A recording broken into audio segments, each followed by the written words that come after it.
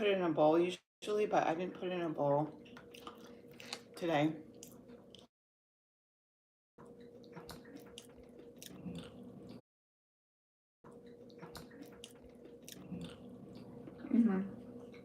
Really good.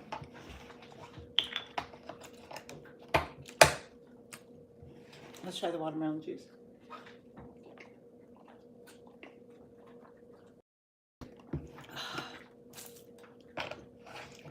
I kept seeing people eating the watermelon cream ice cream on mukbangs. I don't know if you saw it or not. So it really inspired me to get the watermelon juice.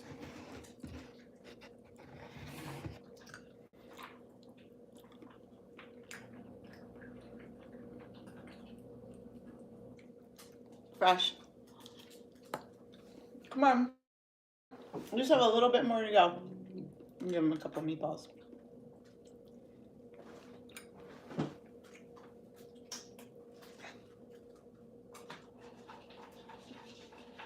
Come on, finish it up.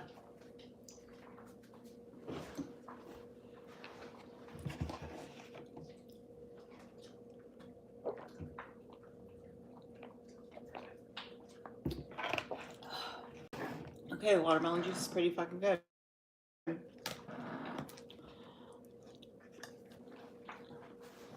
You could probably make ice cream from this. Just have vanilla ice cream.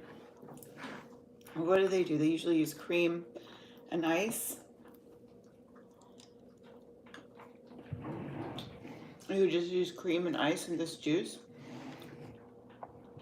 and make watermelon ice cream.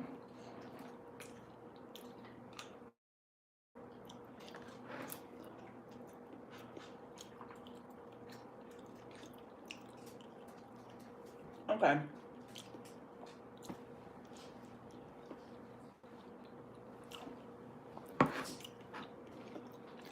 I usually can eat this can with no problem. The entire...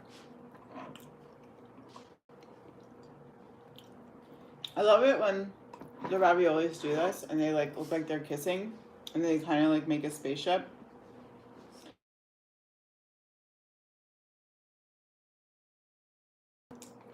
My family has all been eating watermelon juice, watermelon cream ice cream. It's doing wonders for the watermelon Minute Maid juice.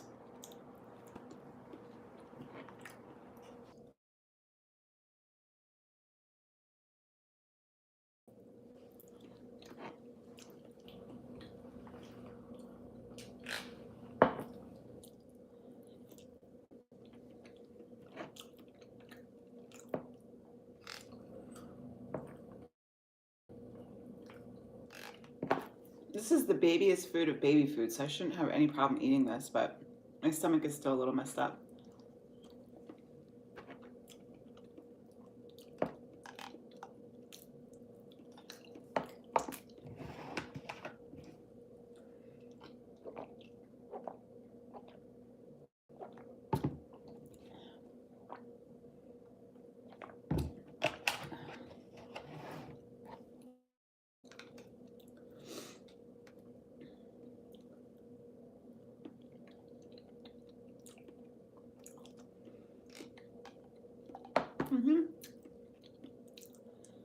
Okay.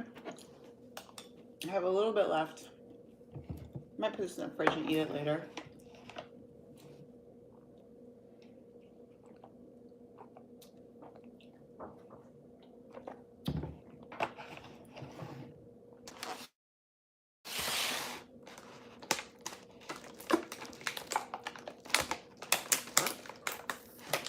Oh, I want to open this.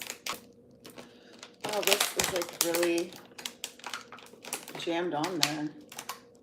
Let's see. Got it. Okay, let's try it. I gotta tell you if it's good or not. Okay, here it is. Tiramisu. The cream on top looks really good, doesn't it?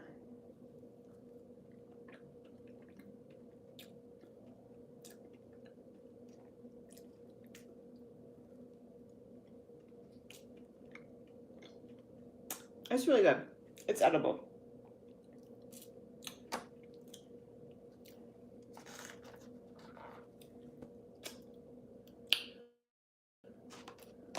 Okay, they're edible. They're very good.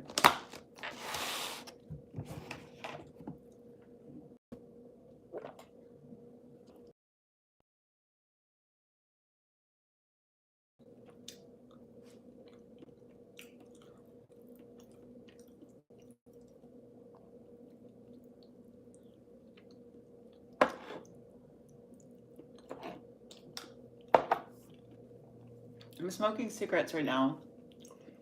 I'm really not fond of it at all.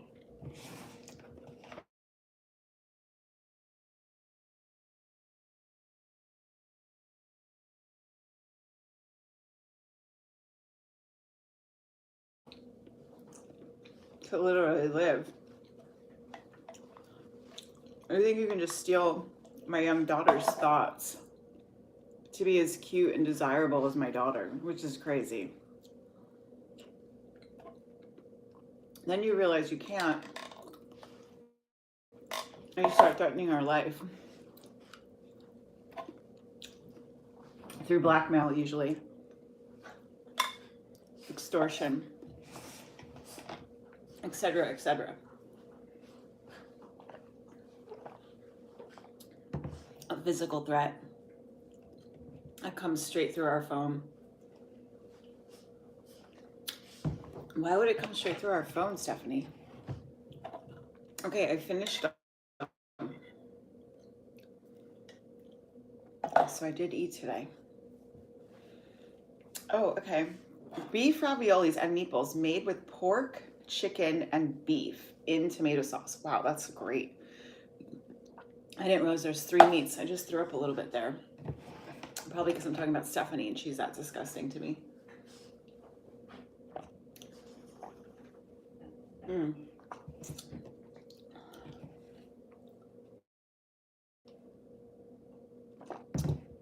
This watermelon juice is really, really good. If you're an Anunnaki, I would suggest getting the watermelon juice and the mini ravioli and meatballs for a meal. If you're not an Anunnaki, you can't afford it. So if you're impersonating Fairy or impersonating Bean to literally stay alive, you can't afford to eat this stuff because you're literally trying to steal my daughter's energy to literally stay alive. So that's illegal, okay? What is that called in 3D? It's called identity theft. So it does go up to space.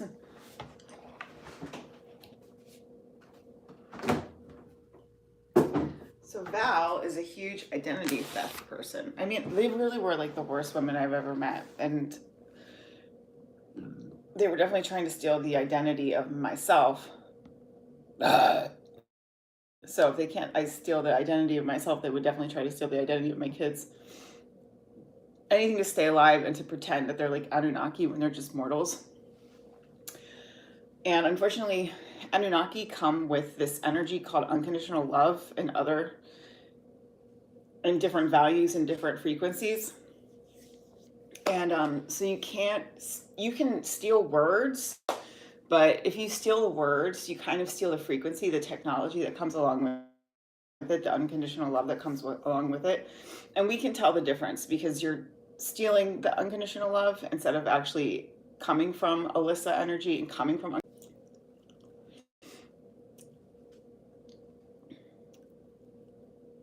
So it's illegal to steal somebody cleaner, easy to work with, someone you want to be around, somebody who's not sucking all the life out of you. You know, he eats buffalo mac and cheese for lunch, so we could tell he's an Anunnaki. Can't afford. They don't come from Earth because we're Anunnaki, so we come from space and all different layers and places in space. So you don't. You're just a tiny little mortal. That's what I keep telling you. You're just a tiny little human. So like this is all the energy that we have, and this is the energy you have. So if you try to adopt our way of life, our Chef Boyardee, anything like that, like it goes up to a space frequency that literally doesn't compute with a mortal. It doesn't compute with a human. So you look quite stupid, and that's why you start yelling at us and stuff like that, because you don't have the unconditional love frequency. So we know you're not Anunnaki. We know you're not from space. We know you're immortal. That's trying to say, hear me roar. I'm here. Hear me roar. And we're like, no, you literally need to shut up, and you need to go home, and you need to leave Brandon Gale alone. Okay, like you really need to leave Ryan Reynolds alone, because you can't afford to do anything that you're doing. And you act like you can afford to do anything that you're doing, and you can't. You can't yell at me in Aaron Dowdy's store and not expect to be space fried. You're going to get space fried for that. Okay, there's so much frequencies in space technology around here, around the mortal, that you can't afford. You can obviously recognize unconditional love when you see me. You can obviously feel unconditional love when you see me. Okay, I can't do the same for you because you're just a mortal. So you have a right to be respectful and be like, hello, my name is Tabitha Sword. Nice to meet you. Okay, that's how a mortal would introduce themselves to literal unconditional love God. Okay, so you don't carry my frequency, Val. So it's really easy to meet you and be like, okay, you're still, like, at the most, you're still in tech. It's not going to last. You can't hold the frequency because you're not from the source. Okay, you can't just decide tomorrow to be from the source if you try to ruin me and Miss Lily's marriage all year long, can you? And you can't decide to be a member of my family who were trying to steal Fairy's juice since the day you met me, can you? Okay?